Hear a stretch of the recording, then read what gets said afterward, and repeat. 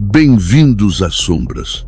Aqueles que retornam conhecem os riscos. Aqueles que chegam pela primeira vez, em breve entenderão.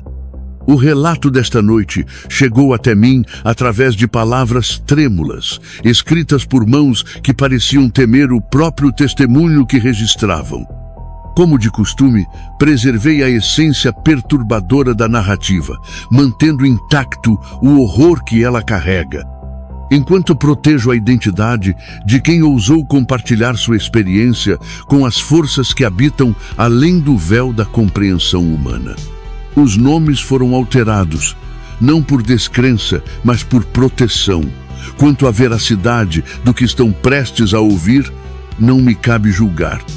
A escuridão assume muitas formas e algumas verdades são mais fáceis de negar do que enfrentar. Meu nome é Carlos Henrique Silva, tenho 52 anos e trabalho como técnico especializado em controle de pragas urbanas há mais de 25 anos. Antes de começar a contar minha experiência, queria pedir para você curtir esse vídeo e se inscrever no canal. Acredite, o que vou compartilhar hoje vai fazer você pensar duas vezes sobre os mistérios escondidos nos prédios históricos de São Paulo. E talvez nunca mais conseguir dormir tranquilamente depois de ouvir o que aconteceu comigo. Quando comecei nessa profissão, era apenas um jovem de 27 anos tentando ganhar a vida numa área que a maioria das pessoas considera desagradável. Trabalho com dedetização, controle de cupins, ratos, baratas, essas coisas que ninguém quer ter em casa, mas que alguém precisa resolver. E depois de tantos anos, posso dizer que entrei em lugares que a maioria das pessoas não conseguiria imaginar, lugares onde encontrei coisas que me fazem questionar tudo o que acredito sobre vida e morte. Não falo de assombrações ou fantasmas baratos de filme de terror. Falo de situações reais, descobertas aterrorizantes que acontecem quando você precisa vasculhar cada canto escuro de construções antigas, procurando ninhos de pragas. São Paulo tem centenas de prédios históricos e muitos guardam segredos que deveriam ter permanecido enterrados para sempre. Foi em março de 2008 que recebi um dos chamados mais perturbadores da minha carreira. O Mosteiro da Luz, na região central da cidade, estava com um problema sério de cupins.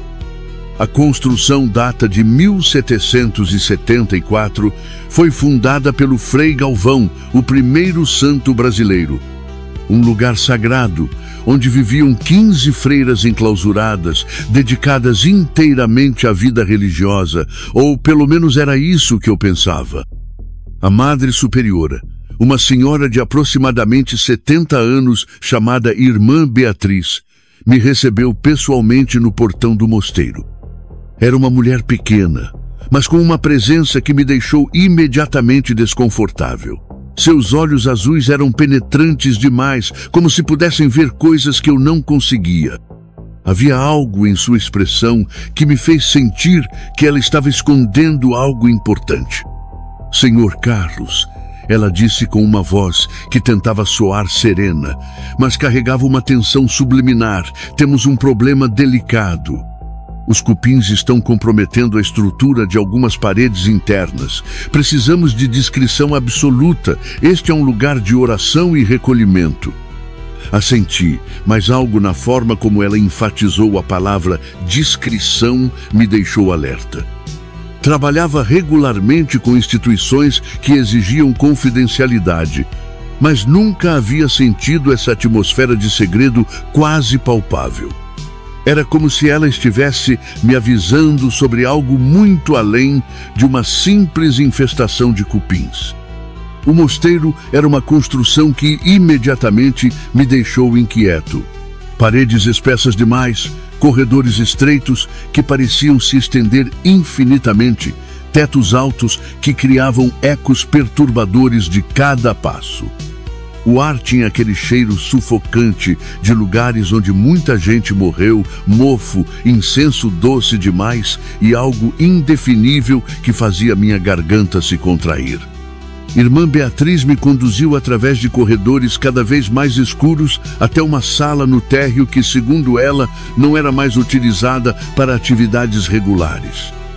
A temperatura ali era visivelmente mais baixa que no resto do edifício, e eu podia sentir minha respiração ficando levemente visível no ar frio.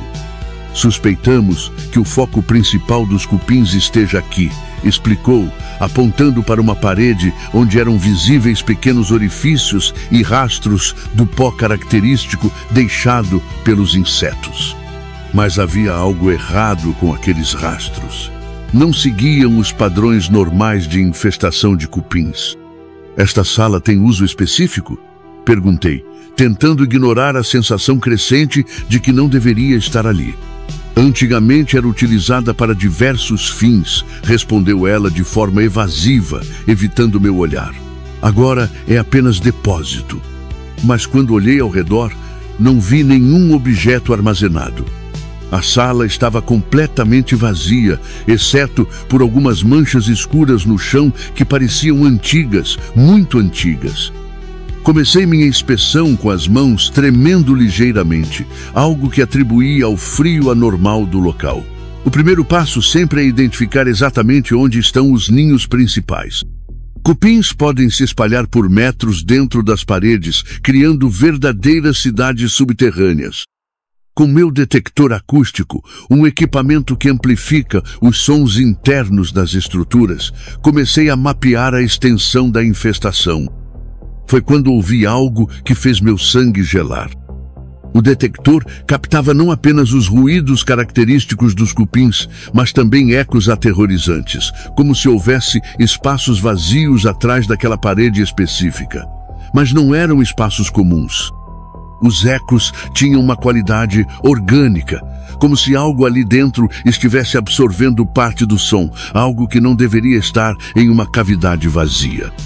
Irmã Beatriz, chamei, minha voz saindo mais alta que pretendia. Há alguma informação sobre modificações estruturais nesta parede? Meu equipamento está detectando cavidades que não deveriam existir. Ela se aproximou com uma expressão que confirmou meus piores temores.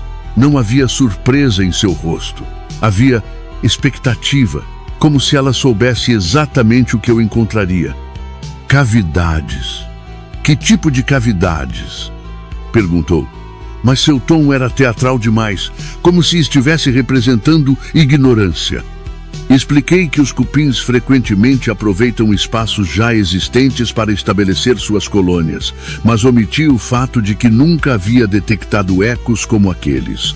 Havia algo profundamente perturbador na forma como o som retornava daquela parede, como se estivesse sendo filtrado através de matéria orgânica.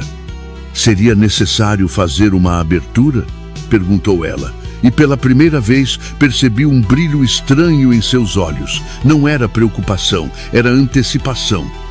Não grande, respondi, sentindo um arrepio percorrer minha espinha. Apenas um orifício pequeno para inserir os equipamentos de tratamento. Após alguns minutos de uma conversa sussurrada com outra freira que havia aparecido silenciosamente na porta, uma mulher mais jovem com olhos que pareciam ter visto coisas demais para sua idade, irmã Beatriz concordou. Mas peço discrição absoluta. Este é um lugar sagrado, disse, e a forma como pronunciou sagrado fez soar mais como uma ameaça do que uma explicação. Peguei minha furadeira com broca de alvenaria, mas minhas mãos estavam tremendo tanto que precisei parar por um momento para me recompor. Havia algo fundamentalmente errado com aquela situação, mas eu não conseguia identificar o quê. Era como se cada célula do meu corpo estivesse gritando para eu sair dali imediatamente. Marquei um ponto na parede onde os sinais da infestação eram mais intensos. Era uma parede espessa, de aproximadamente 40 centímetros, típica das construções coloniais. À medida que a broca penetrava, o som que fazia era abafado demais, como se estivesse perfurando através de múltiplas camadas de materiais diferentes. Quando finalmente atravessei completamente a parede, um odor emergiu do orifício que quase me fez vomitar. Não era apenas mofo ou decomposição. Era algo doce e nauseante, como flores podres misturadas com algo que meu cérebro se recusava a identificar. O cheiro era tão intenso que precisei recuar, cobrindo o nariz com a manga da camisa. Irmã Beatriz, no entanto, pareceu reconhecer o odor. Sua expressão mudou para algo entre alívio e satisfação macabra. Inseri minha lanterna endoscópica com as mãos tremendo violentamente. O que vi na pequena tela fez meu mundo inteiro se desintegrar. Não era uma cavidade causada por cupins. Era uma câmara funerária deliberadamente construída, com aproximadamente 2 metros de largura por 3 de comprimento.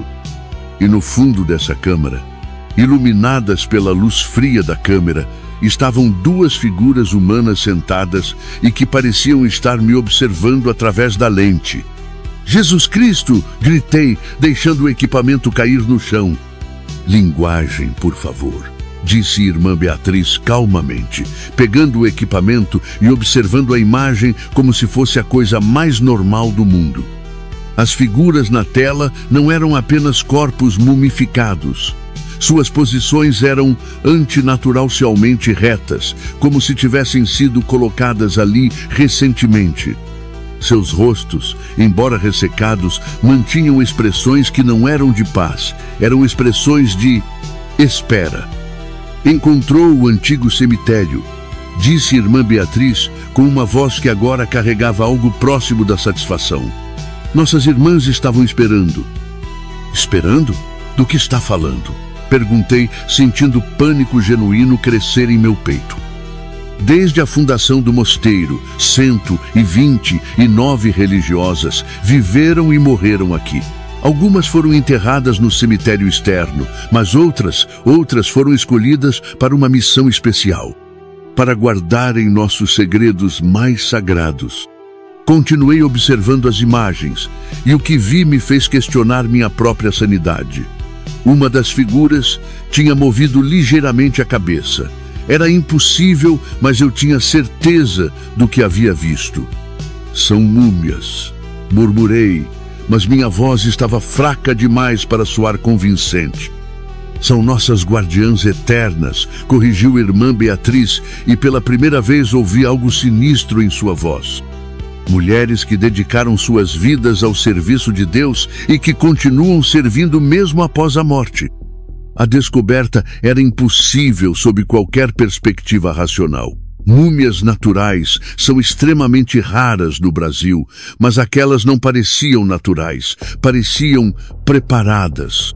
Como se alguém soubesse exatamente como preservá-las, para que permanecessem ativas. "O que fazemos agora?" perguntei, minha voz saindo como um sussurro aterrorizado.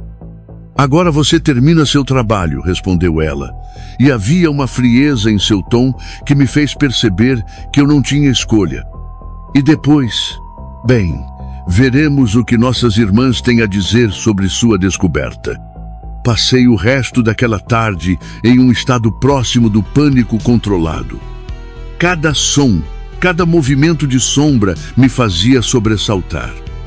A ironia macabra da situação não me escapava. Tinha vindo procurar cupins, organismos que se alimentam de matéria morta, e encontrar algo muito pior que qualquer praga que pudesse imaginar.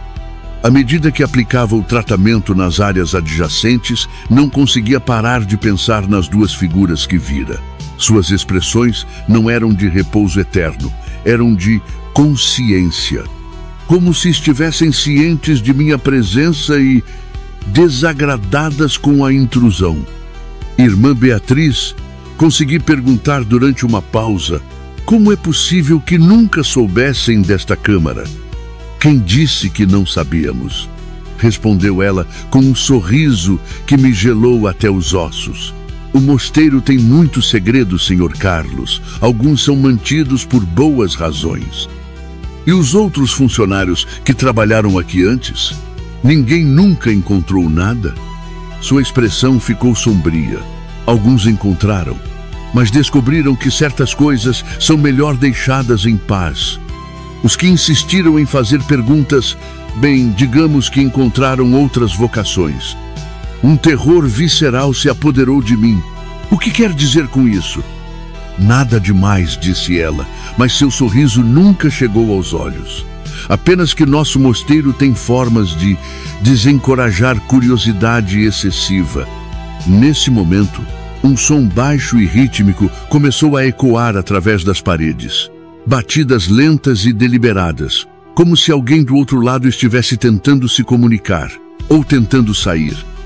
Elas sabem que você as encontrou, sussurrou irmã Beatriz, e sua voz agora carregava algo próximo da reverência. Estão tentando falar com você. Isso é impossível, consegui dizer, mas minha voz estava tremendo tanto que mal era audível. Impossível? Senhor Carlos, você está em um lugar onde a fé pode mover montanhas, onde mulheres dedicaram suas vidas inteiras ao serviço divino. Acha realmente impossível que tal devoção possa transcender a morte? As batidas se intensificaram, criando um ritmo hipnótico que parecia sincronizar com meu coração acelerado. Era como se as figuras na câmara estivessem respondendo à nossa conversa. Preciso terminar e ir embora, disse, tentando manter algum controle sobre a situação. Claro, concordou ela. Mas antes, elas gostariam de conhecer-lo melhor. Antes que pudesse perguntar o que queria dizer, irmã Beatriz se aproximou da parede e começou a sussurrar em latim. As batidas pararam abruptamente, mas foram substituídas por algo muito pior. Sussurros baixos e ininteligíveis que pareciam vir diretamente da parede. Elas estão curiosas sobre você, traduziu ela calmamente. Querem saber se você é confiável. Confiável para quê? Perguntei. Mas uma parte de mim já sabia que não queria ouvir a resposta. Para guardar nossos segredos, para não fazer perguntas, para entender que alguns lugares na Terra são diferentes. Terminei meu trabalho com as mãos tremendo tão violentamente que mal conseguia segurar minhas ferramentas. O ambiente parecia ter ficado ainda mais frio e eu podia sentir olhos me observando, mesmo sabendo que era impossível. Quando finalmente guardei meu equipamento, irmã Beatriz me conduziu de volta através dos corredores sombrios. Mas desta vez notei detalhes que haviam me escapado antes. Havia nichos nas paredes que pareciam pequenos altares, mas com símbolos que não reconheci. E o cheiro, o mesmo cheiro doce e nauseante que havia saído da câmara, permeava todo o mosteiro. Senhor Carlos, disse ela quando chegamos ao portão, espero que entenda a importância de manter nossos achados em completa confidencialidade. Claro, murmurei, desesperado para sair dali. Ótimo, porque nossas irmãs não tolerariam bem uma traição de confiança. Elas têm formas de expressar desagrado que vão muito além do que os vivos podem fazer. Não havia ameaça explícita em suas palavras, mas o significado era cristalino. Assenti rapidamente e saí, praticamente correndo para meu carro. Durante toda a viagem para casa, não consegui parar de tremer. Não era apenas medo do que havia visto, mas a certeza crescente de que havia sido deliberadamente levado até aquela descoberta. Os cupins eram apenas uma desculpa. Irmã Beatriz sabia exatamente o que eu encontraria. Nas semanas seguintes, tentei convencer a mim mesmo de que havia imaginado os aspectos mais perturbadores da experiência. Múmias naturais existem, prédios antigos fazem ruídos estranhos. Freiras isoladas podem desenvolver comportamentos excêntricos. Tudo podia ser explicado racionalmente. Mas então começaram os sonhos. Todas as noites via as duas figuras da câmara. Mas nos sonhos, elas se moviam, caminhavam pelos corredores do mosteiro, procurando por algo ou alguém. E sempre, no final do sonho, elas me encontravam e sussurravam algo que eu não conseguia entender, mas que me fazia acordar gritando. 3 meses depois da descoberta, recebi uma ligação que confirmou meus piores temores. Era a irmã Beatriz. "Senhor Carlos", disse ela com aquela voz falsamente serena, "precisa retornar ao mosteiro. Urgentemente." "Por quê?", perguntei, embora uma parte de mim já soubesse. "Nossas irmãs estão inquietas. Desde que foram perturbadas, elas têm manifestado desagrado. Precisamos de sua ajuda para acalmá-las." "Não entendo." "Elas querem vê-lo novamente. Querem ter certeza de que você entende a importância do silêncio." Tentei recusar, mas ela deixou claro que não era realmente um pedido. "Senhor Carlos, seria muito infeliz se nossas irmãs decidissem procurá-lo em casa. Elas podem ser muito persuasivas quando querem algo." Cheguei ao mosteiro no dia seguinte com as pernas tremendo. Irmã Beatriz me recebeu com o mesmo sorriso frio de sempre, mas agora havia algo diferente em seus olhos, algo faminto. "As coisas mudaram desde sua última visita", explicou enquanto me conduzia pelos corredores, agora terrivelmente familiares. "Nossas irmãs se tornaram mais ativas." "O que quer dizer?" "Elas deixaram sua câmara." Meu sangue gelou. "Como assim?" "Encontramos a parede que você selou, aberta por dentro. Elas não estão mais lá." Paramos em frente à sala onde tudo havia começado. A parede que eu havia cuidadosamente reparado estava completamente destruída por dentro, como se algo tivesse explodido para fora da câmara. E no chão, pegadas. Pegadas de pés descalços que levavam para longe da sala. "Onde elas estão agora?" perguntei, minha voz mal passando de um sussurro. "Caminhando pelos corredores, conversando com nossas outras irmãs, compartilhando experiências." Foi então que ouvi passos lentos e arrastados vindo de algum lugar acima de nós, e vozes sussurrando em idiomas que não reconheci. "Elas querem conhecer-lo melhor", disse irmã Beatriz. "Querem ter certeza de que você é compatível com nossos métodos de manter segredos." "Não quero conhecê-las", consegui dizer. "Receio que não seja mais uma escolha sua." Os passos estavam se aproximando. Podia ouvi-los descendo uma escadaria em algum lugar próximo. E com eles, aquele cheiro doce e nauseante estava se tornando mais forte. "O que vocês fizeram?", perguntei em desespero. "Nada que não fosse necessário. O mosteiro tem seus próprios métodos de autopreservação e nossas irmãs especiais são parte desses métodos há séculos." As pegadas pararam do lado de fora da sala. Podia sentir presenças ali esperando. "Elas só querem conversar", sussurrou irmã Beatriz. "Garantir sua lealdade." A porta se abriu lentamente. O que vi me fez gritar até minha garganta ficar em carne viva. As 2 figuras estavam ali, mas não eram mais as múmias preservadas que havia visto na câmara. Eram outra coisa.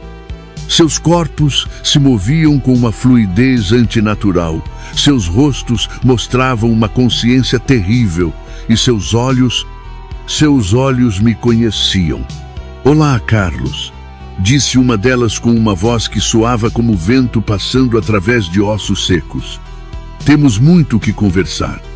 Consegui escapar. Não sei como, mas consegui. Corri pelos corredores, perseguido por risadas que ecoavam pelas paredes de pedra. Cheguei ao meu carro e dirigi como um louco, sem olhar para trás. Mas sei que não terminou. Todas as noites ouço batidas na parede do meu quarto. Todas as manhãs encontro pegadas de terra no chão da minha casa, pegadas que não estavam lá na noite anterior. Elas me encontraram e estão esperando. Por isso, estou gravando este relato, para que alguém saiba o que realmente acontece no Mosteiro da Luz. para que entendam que alguns lugares em São Paulo não são apenas históricos, são ativos. Se você está ouvindo isto, significa que finalmente levaram o que queriam de mim. Significa que agora sou mais um dos segredos que elas guardam. Não vá ao Mosteiro da Luz. Não faça perguntas sobre múmias ou câmaras secretas. E se algum dia precisar de serviços de dedetização em prédios antigos de São Paulo, escolha outra profissão.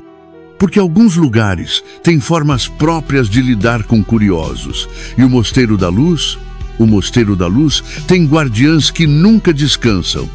Posso ouvi-las subindo as escadas agora. Estão batendo na minha porta. Elas vieram me buscar. Se você está ouvindo isto, corra. Apenas corra. E nunca, nunca procure pelas múmias do Mosteiro da Luz. Bem, pessoal, se é que ainda posso chamá-los assim, espero que tenham entendido o recado. Esta não é apenas uma história, é um aviso. Minhas mãos estão tremendo tanto que mal consigo digitar estas últimas palavras. Se vocês se arrepiaram, se sentiram medo real ao ouvir meu relato, então entenderam. O Mosteiro da Luz existe, as múmias existem, e elas estão procurando por pessoas como vocês. Pessoas curiosas demais. Não curtam este vídeo, não se inscrevam no canal, não comentem, não façam nada que possa chamá-las para vocês. Apenas esqueçam que ouviram isto. E se algum dia passarem pela região central de São Paulo e ouvirem sinos tocando no Mosteiro da Luz em horários impossíveis, atravessem a rua, corram. Elas estão aqui agora, na minha porta. Tenho que ir. Perdoem-me por ter contado. Perdoem-me por ter exposto vocês a isto. E se nunca mais ouvirem falar de mim bem, agora vocês sabem por quê. As múmias do Mosteiro da Luz são reais. E elas não gostam de ser encontradas. Fiquem, se puderem, bem